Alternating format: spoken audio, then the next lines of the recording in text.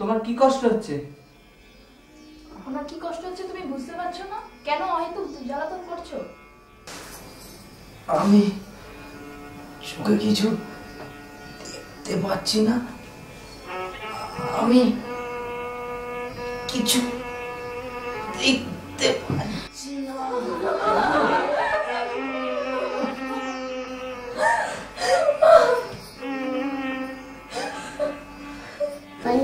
কি হয়েছে? চুপ করো।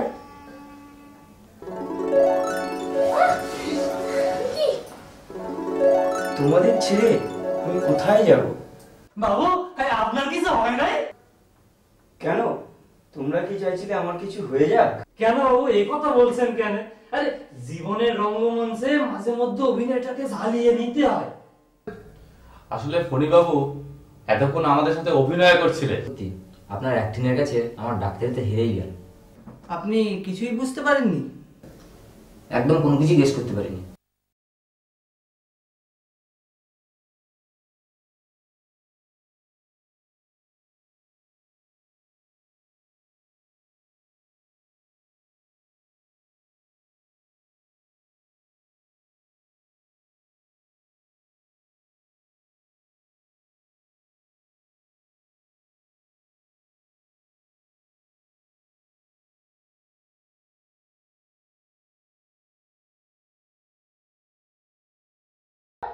উদ্যমত। কিন্তু কিন্তু শিখা, আমাদের তো এখনো বিয়ে হয়নি। হ্যাঁ, বিয়ার আগে মাইয়া পোলাকে বেশি মিলমিশ না করাই ভালো। এই এই তোমাকে এখানে কে ডাকবে? আমি ডেকেছি ওকে।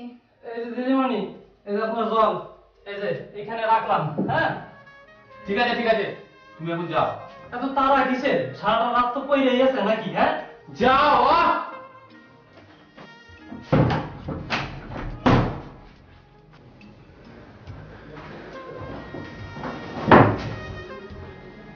কত কষ্ট করে টাকা জোগাড় করে তারপর তোমাকে এখানে এনেছি। তুমি জানো শিখা? তুমি তো সার্ভিস করো। সার্ভিস? সে তো একটা প্রাইভেট কোম্পানিতে সার্ভিস। যখন অফিসে ঢুকি তখন সবাই সূর্য উঠেছে, যখন বেরোই তখন কখন সূর্য অস্ত চলে গেছে। সারাটা দিন যা কাটে না। তারপর ছুটির দিনগুলোতে বাড়িতে থেকে টিউশন পড়ানো, জীবনটা একেবারে একঘেয়ে হয়ে গেছে। ক্ষমতা থাকলে মানে পকেট ভর্তি থাকলে প্রেমের ময়দানে খেলতে আসতে খুব ভালো হয়। কেন কেন আমি কি তোমার পেছনে পয়সা খরচা করি না? তোমার চাহিদা মতন তোমার নতুন নতুন গার্মেন্টস কিনে দিই। তোমাকে খুশি করতে বাড়ি গিয়ে ড্রিঙ্ক করি, ডাক্তারের অমান্য সত্ত্বেও প্যাকেটের পর প্যাকেট সিগারেট খাচ্ছি। আর কি চাও শিখা? আমার খিদে অনেক বেশি অনন্ত, তা তোমার মেটাবার ক্ষমতা নেই। কেন? আমি কি তোমাকে রেস্টুরেন্টে খাওয়াই না? রোজ ডিনার তো আমি তোমার সাথেই করি। আর আর প্রতিদিন যতক্ষণ তোমার সাথে আমার দেখা না হয় ততক্ষণ আমি খাই না শিখা। আমি ওই খাবারের কথা বলছি না। তুমি আগে নিজের শরীরটাকে ঠিক করে তৈরি করো। তুমি কি বলছো আমি তো সেটাই বুঝতে পারছি না। সমস্যা কে নিয়ে ইশারাই কাফি না। বোঝার মতো ক্ষমতা থাকলে বুঝে নাও। ক্ষমতা থাকলে অনেকদিন আগে তুমি বুঝতে পারতে যে আমি ঠিক কি বলতে চাইছি। তার মানে তুমি কি বলছো? আমি একটা বুদ্ধু? এতদিনও তুমি বুঝতে পারলে না? পাখি তার সংসারের খাঁচা ভেঙে নতুন করে আকাশে উঠতে চাইছে। তা না হলে তার হাজবেন্ডের অনুমতি ছাড়াই ছেলেকে নিয়ে এই দীঘার আউটিংয়ে আসে। কিন্তু পাখি, তুমি একজনের বিবাহিতা স্ত্রী। তোমার সেই স্বামী এখনো জীবিত, ইভেন তোমাদের ডিভোর্স পর্যন্ত হয়নি। আমি তার ডিউটি কি শুধু একটা মেয়েকে বিয়ে করে তার ভরণ পোষণ করা, নাকি সন্তান জন্ম দেয়, নাকি অসুখ বিসুখ হলে খবর নেই। একটা যুবতী নারীর চাহিদা মেটানোর ক্ষমতা তার নেই আকাশ। সে সারাদিন শুধু তার বিজনেস নিয়ে ব্যস্ত থাকে। আমার মনে হয় আমাদের এইভাবে মেলামেশা করাটা অন্যায়, পাপ। পাপ? ও যখন বিজনেসের নাম করে মেয়েদের নিয়ে পার্টিতে যায়, ডিস্কোতে যায়, তখন আমার মনে কি চাপ সৃষ্টি করতে পারে ও কোনো সময় একবার ভেবে দেখেছে? তাই আমি ওই অস্বাভাবিক চাপ সৃষ্টি থেকে বাঁচতে চাই, মুক্তি চাই। আকাশ, তুমি আমাকে মুক্তি দেবে না আকাশ? বলো না আকাশ, তুমি আমাকে একান্তই দেবে না আকাশ? বলো না আকাশ, তুমি আমাকে দেবে না আকাশ? দেব, অবশ্যই দেব। দেব বলেই তো এত রিস্ক নিয়ে তোমাকে এত দূর নিয়ে এসেছি। তবে তবে আর দেরি কেন?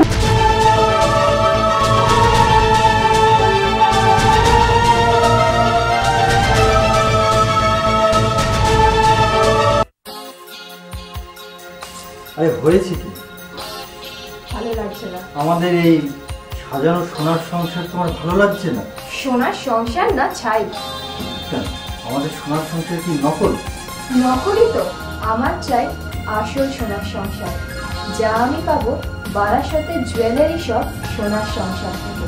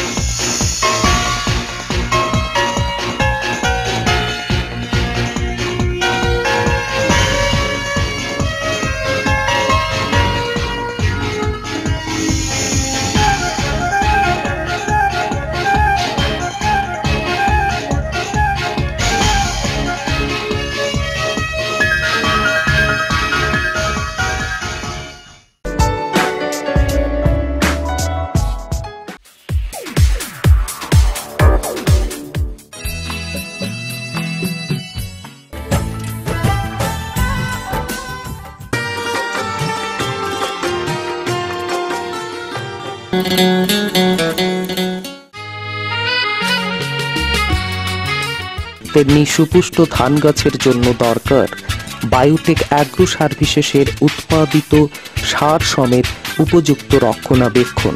ছড়ালে গাছে পঞ্চরত্ন খোল নামক জৈব সার ধান গাছের হয় যথেচ্ছ পরিমাণ বার। যন্ত্রচালিত করে বস্তা ভরা এভাবেই মেটে জমিতে পঞ্চরত্ন খোলের খরা।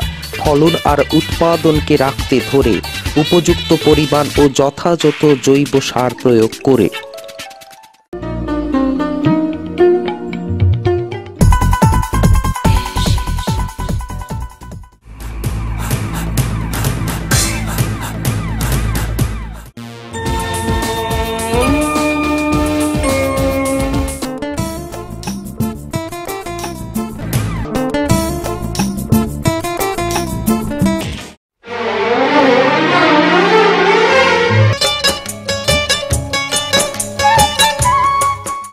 অঙ্গকে মোহময়ী রঙে ভরিয়ে তোলে নারী শাড়ি। প্রস্তুতকারক আবরণী টেক্সটাইল, সিতাই, কোচবিহার। এই অসম্ভব নরক যন্ত্রণা থেকে আমাদের মুক্তি কবে বলো তো? ওটাকে চেয়ার থেকে তুলে স্ট্রেট গঙ্গায় ফেলে তুমি তো আর একটা বিয়ে করতে পারো। I really love you, বৃষ্টি। 72 ঘন্টার মধ্যে ঘরটা খালি না হলে ওই যে চেয়ারটা দেখছেন ওটা খালি হয়ে যাবে। ভালোবাসা কি অপরাধ? তাই বলে আপনি ওকে মেরে ফেললেন?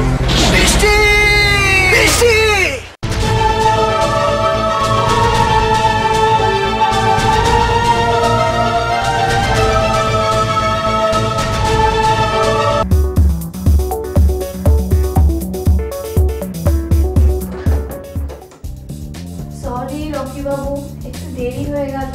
তাড়াহুড়ো করে আসবার সময় আপনার নামটাই কি জানা হয়নি? আমার নাম গঙ্গা।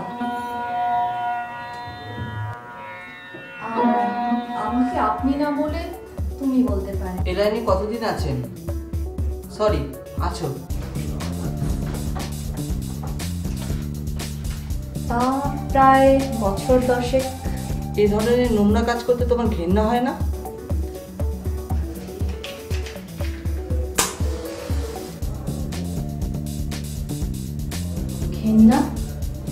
ঘৃণা হবে কেন?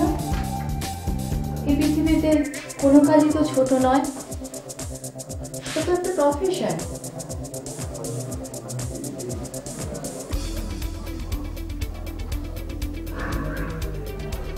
আজকাল আমার মতো কত বড় বড় বাড়ির মেয়ে বউরা এই প্রফেশনে আসছে, আপনি জানেন সেটা?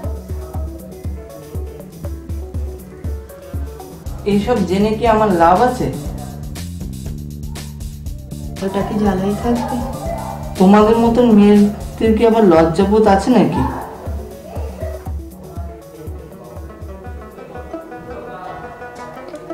লজ্জা তো মেয়েদের অলংকার, কিন্তু আপনাদের মতো ব্যভিচারী পুরুষদের হাতে পড়ে আমাদের লজ্জা আজ বিলুপ্ত প্রায়। কথা না বাড়ি কাজ করো।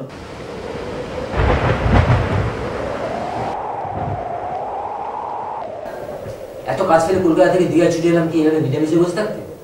আপনি একটু শান্ত হন ডাক্তারবাবু। আজকে ডাক্তার আগে আপনার তেমন কথা ছিল না। এগুলো বলছেন কেন? তোমরা একজনকে দিয়ে সব দিক সামলাবে, কেমন করে সম্ভব? ফণিভূষণের কাছে কিছুই অসম্ভব নয়।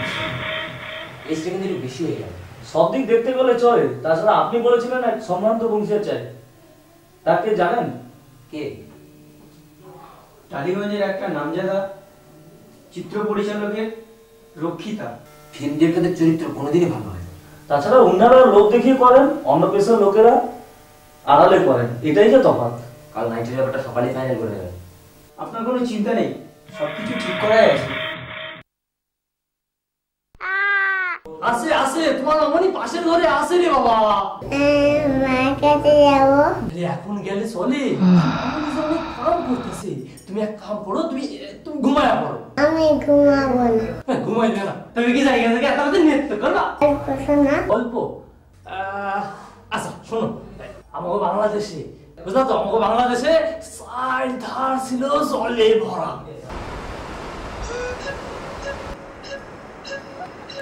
সাঁতার জানো না? জানি না স্যার। সাঁতার জানো না, সাইকেল চালাতে জানো না, ড্রাইভিং করতে জানো না, ওয়েস্টার্ন ডান্স জানো না, তুমি কি জানো বলো তো? আমি জানি এবং মানি শুধু তোমাকে। জানি আর মানি শুধু তোমাকে। মেয়েদের মতো করো না তো, প্রকৃত পুরুষ হওয়ার চেষ্টা করো।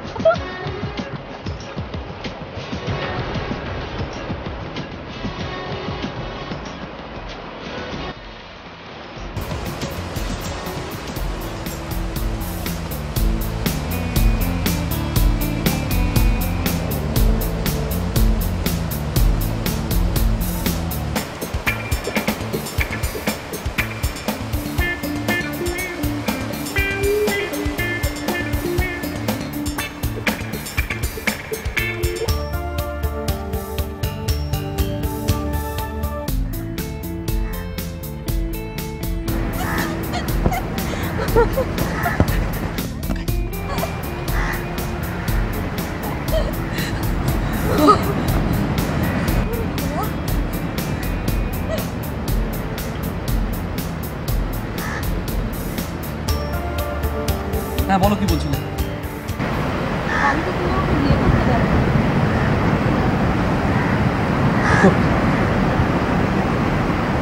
বিয়েটা এমন কোনো খেলা নয় যে বারবার খেলা যায়, কিংবা এমন কোনো কাজ নয় যে বারবার করা যায়।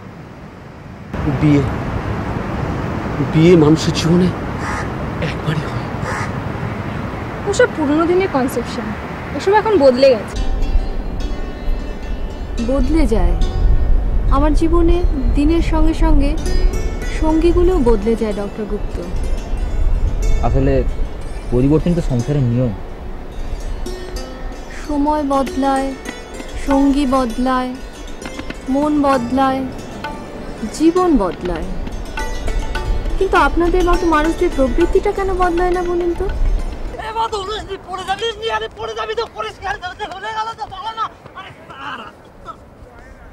বুঝলি তো বাবা, এরপর তো সেই বাঘটা, সেই যে শিয়ালটার পেছনে তারা খুঁজলে না, ওর তারা কিন্তু ওর তারা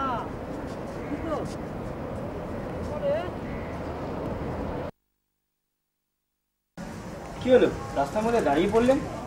আমার এই ব্যাপারটা নিয়ে একটা হেস্তনেস্ত হওয়া প্রয়োজন। আগে হোটেলে তো চলুন, তারপর বুঝিয়ে বলছি। আমি আপনাদের কোনো কথা শুনতে চাই না, আমার টাকাটা ফেরত দিন।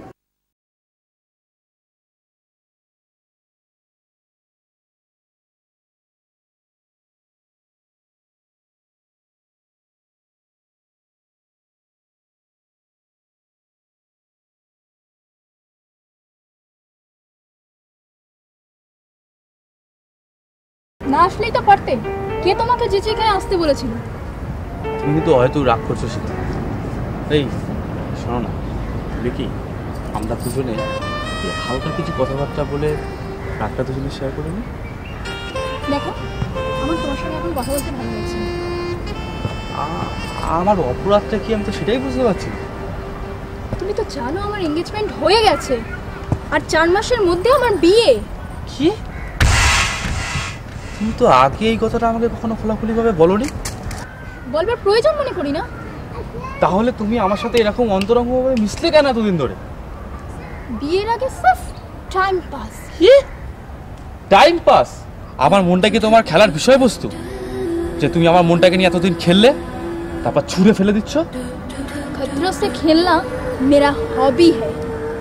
একদিন এমন দিন আসবে যেদিন আমাকে তোমার দরকার পড়বে, আর সেদিন তোমার পাশে কেউ থাকবে না, কেউ থাকবে না। तुम नहीं तो और सही।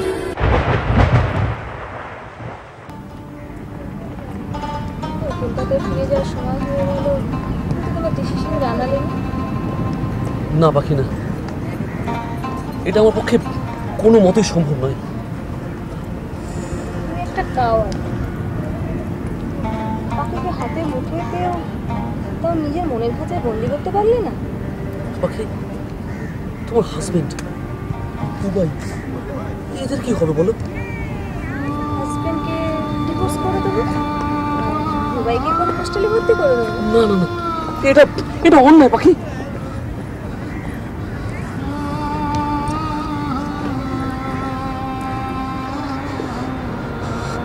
অন্যায়ের দোহাই দিয়ে পালিয়ে যাচ্ছ আকাশ? একটা মেয়েকে না ভালোবাসা যায়, তার সাথে ঘোরাফেরা করা যায়, কিন্তু তার সারা জীবনের ভরণ পোষণের ভার কিন্তু নেওয়া খুব কঠিন। সেটাই আজ আমার প্রমাণ হয়ে গেল।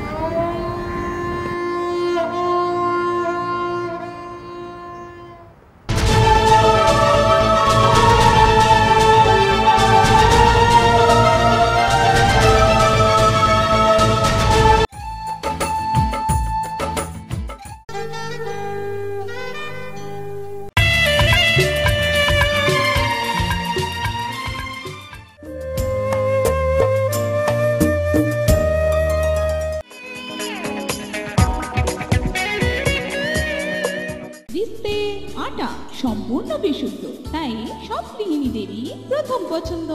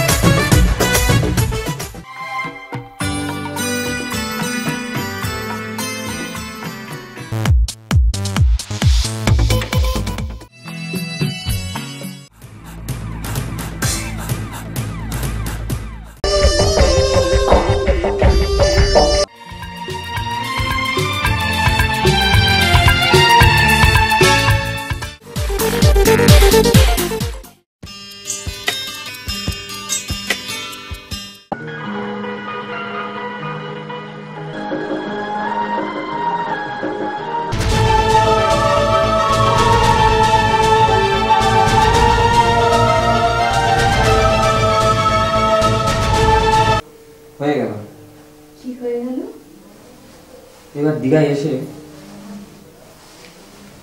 আমার একটা বিশাল এক্সপিরিয়েন্স হয়ে গেল।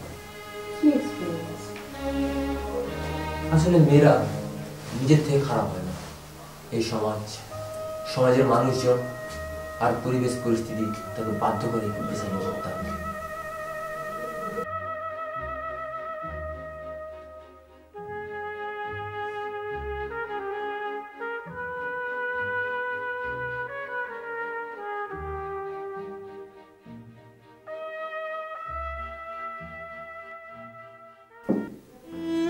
হতে চেয়েছিলাম গুড বয়, কিন্তু হয়ে গেলাম পার মাতাল চরিত্রহীন। জানো মধু, 4 বছর আগে আমার কাছে পয়সা ছিল না বলে আমার বউ আমাকে ছেড়ে দিয়ে পরপুরুষের সঙ্গে পালিয়ে যায়। আজ আমার কত টাকা হয়েছে, কিন্তু কোনো মেয়ের মন পেলাম না। মেয়েদের এই বুকের জায়গাটাকে শুধু টাকা, তারা কি শুধু ট্রেনিং টাকা? না গো, এই 5টা আঙুলের মতন পৃথিবীর সামনে এক না। এই এখনো অনেক মেয়ে আছে যাদের বুকে পরাণ আছে। না গো, যাই বুঝলে, ওই ঘরে আমার বাচ্চাটা শুয়ে আছে তো, উঠে গেলে কান্নাকাটি করবে বুঝলে। আমি আসি, হ্যাঁ?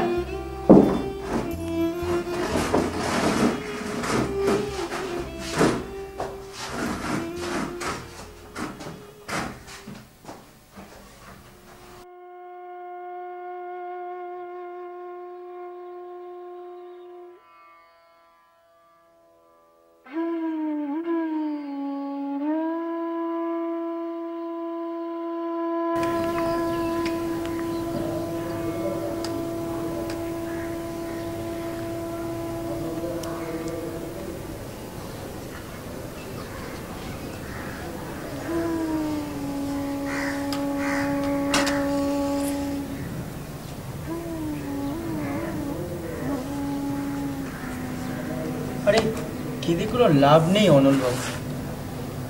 শিখা দেবী তার হবু স্বামীর সঙ্গে কলকাতা ফিরে গিয়েছে।